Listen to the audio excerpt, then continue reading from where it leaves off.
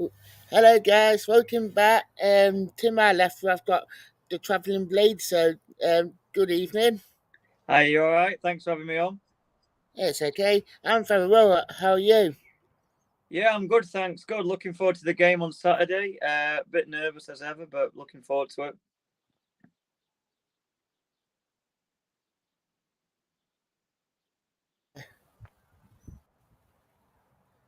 Sorry about this.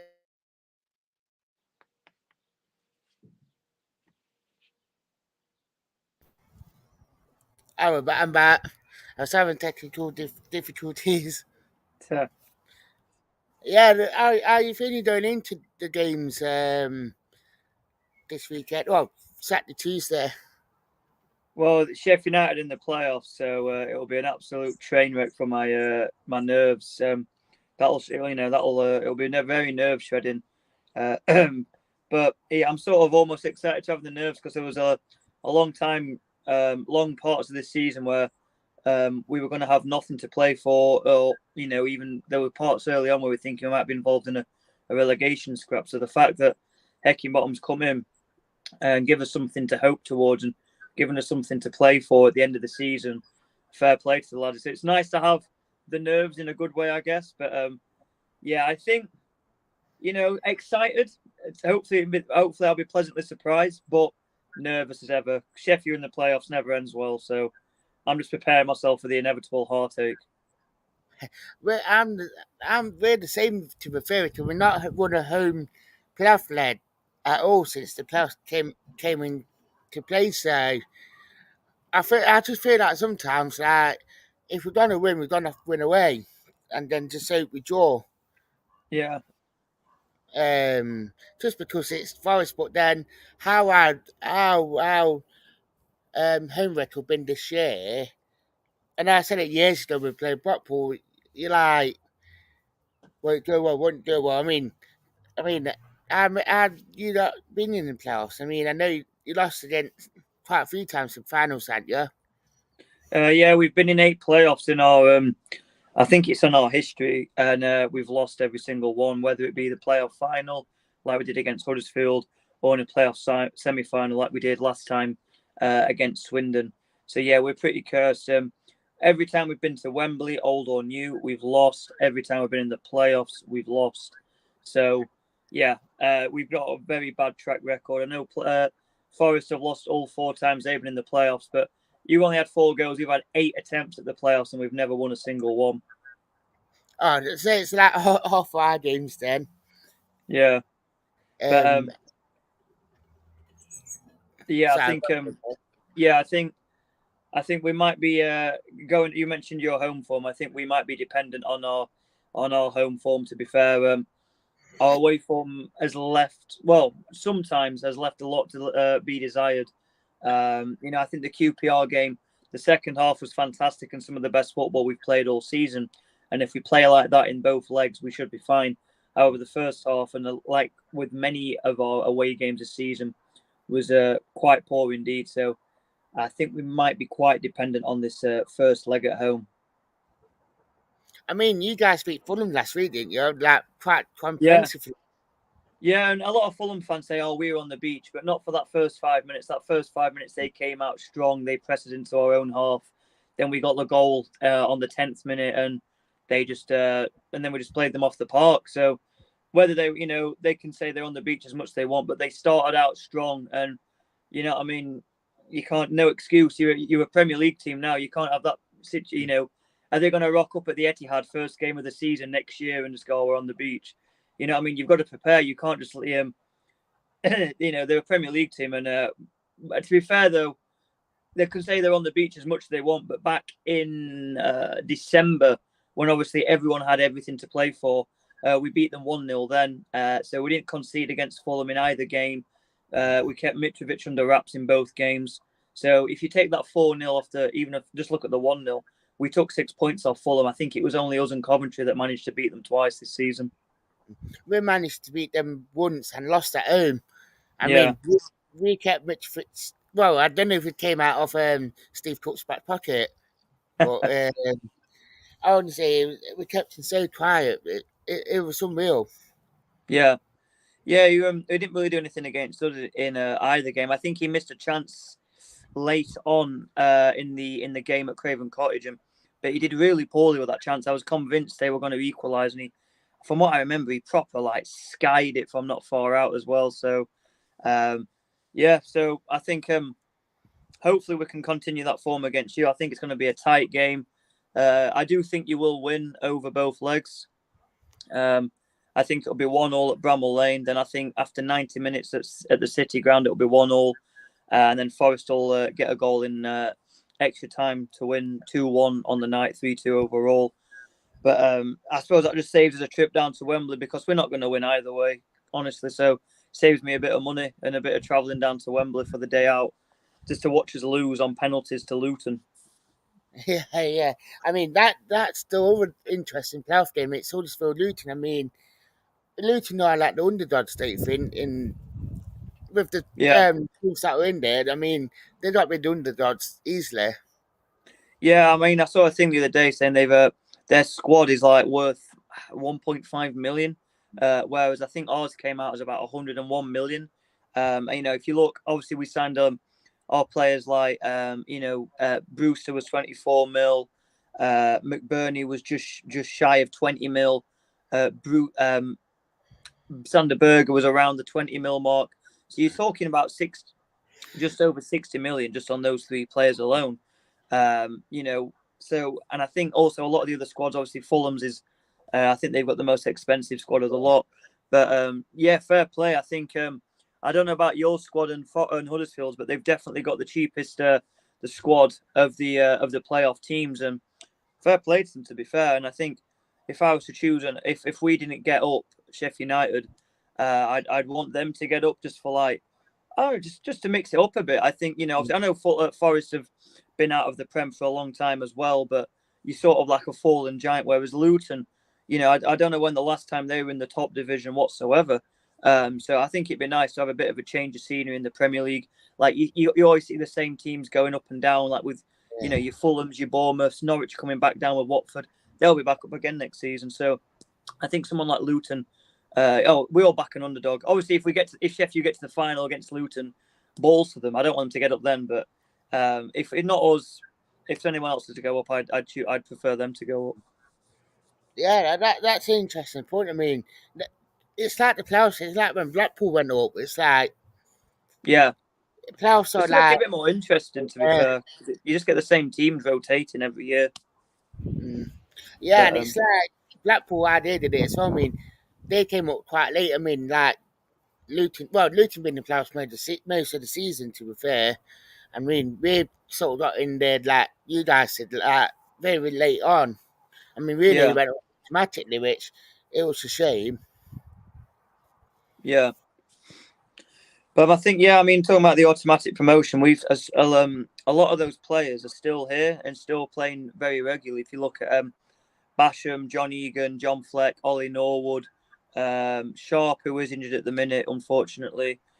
We've still got Jack O'Connell on our books, but he's been injured for about 2 years now, to be honest.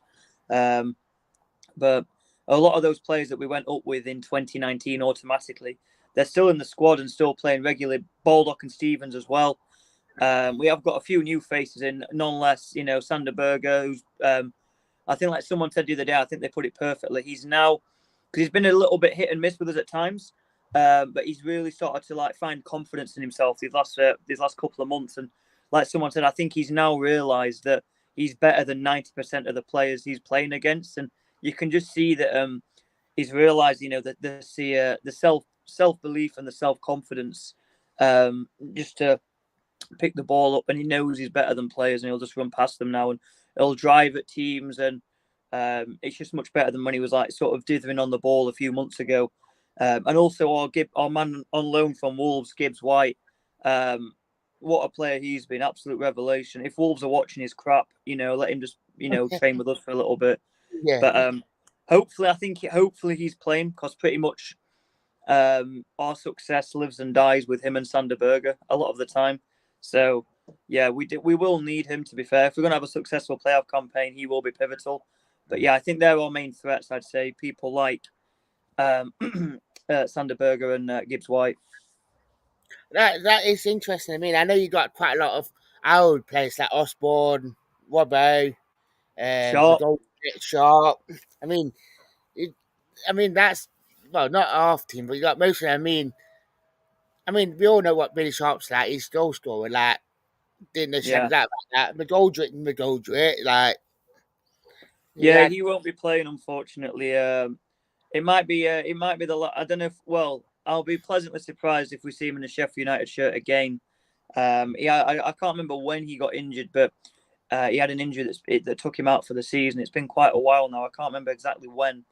So I think his contract is running up this summer. I might be wrong with that, but there are worries about whether we'll see him in a Sheffield United shirt ever again, which would be sad because he's been a brilliant servant to the club. But yeah, he definitely won't be involved in any of the two legs. I'll be very surprised if Sharp's involved, to be honest.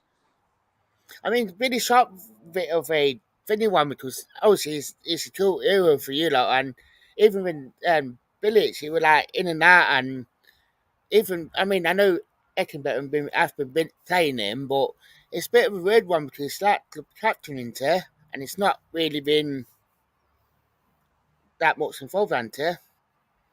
What was that? Sorry about Sharp. It's been that bit of a like he's playing, but it's not playing. It's very hit and miss. Yeah, he's. I think basically because we're so dependent on him, I think really we're almost having to play him like every single game. I mean, we can't now because we just over pushed him. He's 36, and Mm.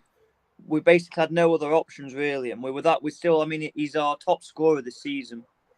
Um, and so we were basically dependent on him. And our other strikers just aren't as good. Like McBurney, I think might have scored two this season. And Jai's had a pretty good season, but he scored about four, maybe five.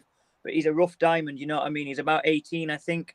So he's a bit nice. He's a very hot prospect and a raw talent, but he's not the he's not as prolific as Billy Sharp is. And so really, we've been. It's sort of like when I've had like FIFA career modes myself, and you've got like a best player and you just need them playing every single game, but they're just knackered all the time. So Mm. we've sort of overplayed him through necessity, not really hecking bottom being stupid and being daft, just the fact that we've had that lack of players. Mm. We've sort of had to overplay him through necessity. So he's currently out. So that sometimes he'll have like a game and then he'll have to like miss one out because we've had such a congested fixture list as well. And I know everyone's played 46 games, but I think our fixture schedule has been worse than most because we had 4 games over December and the 1st of Jan postponed because of the other team with COVID. So I think and then they all got pushed up later. So whilst many teams got those fixtures out the way in December, I think we had like 2 games in December. I think we had Cardiff away, Fulham away, and then we didn't play again until our FA Cup game on like the 9th of Jan away at Molineux. So all those games just got pushed later. So I think it was both February and April. We had 7 games. So it was absolutely ridiculous. I think we came close to having 8 in one month as well. Um, but yeah, so I think because we've just had that many games and 2 really bad months. Like I said, I know everyone's played the same games, but just we had that many games just delayed and then pushed forward and bunched together. It knocks us for 6, and we got that many injuries. And like brilliant players like Brewster was just starting to find his feet out for the season. Jaden Bogle was becoming one of, if not our best player out for the season. McGoldrick, brings us something different, really reliable, experience out for the season. Amongst others, now we've got Sharp injured because we've had the same players like just having to play every single game because there was literally no one else in that position apart from academy players. So yeah, they've been sort of kicked pillar to post. You could see them at points towards the end of the season, physically getting tired, and I think it was getting into their mental state as well. But fortunately, those last 3 games, QPR, Cardiff, and Fulham, might have been another one. We kicked on and ended up in a very good 5th position.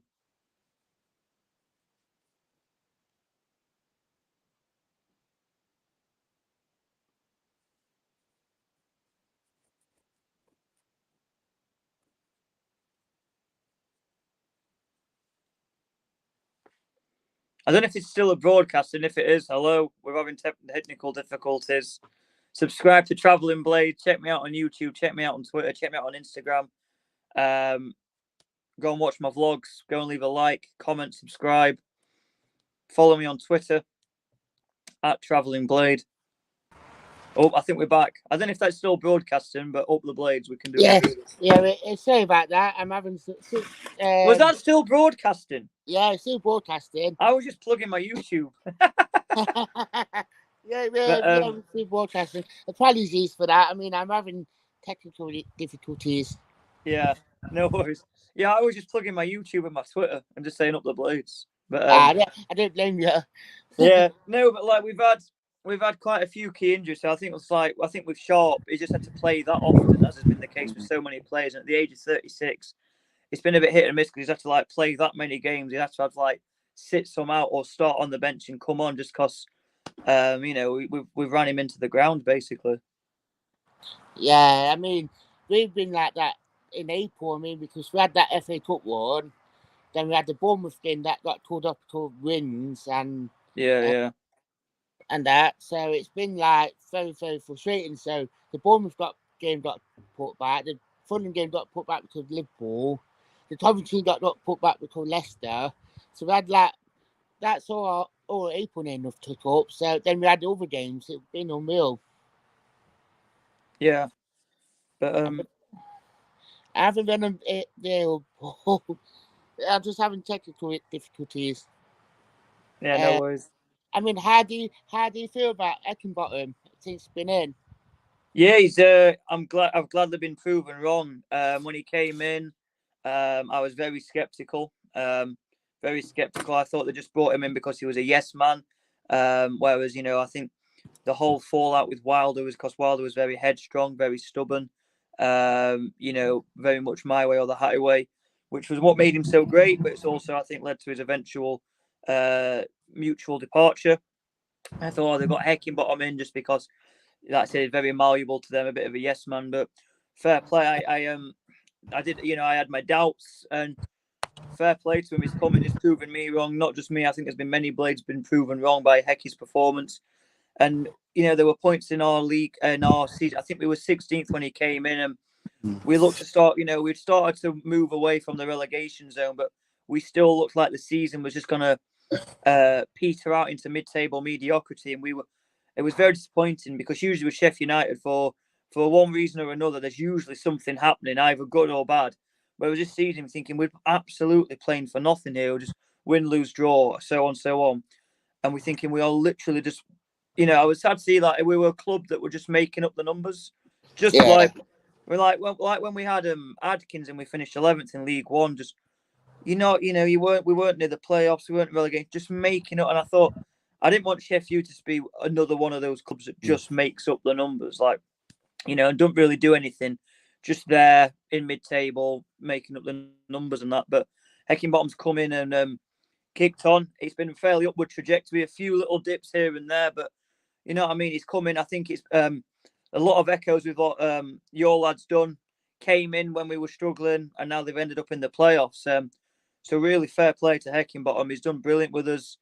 We're playing some nice football at times. It could be better at times, obviously, but can't complain too much. And he's also done it with quite a bit of a dysfunctional, disjointed squad. Like I said, with quite a lot of injuries as well.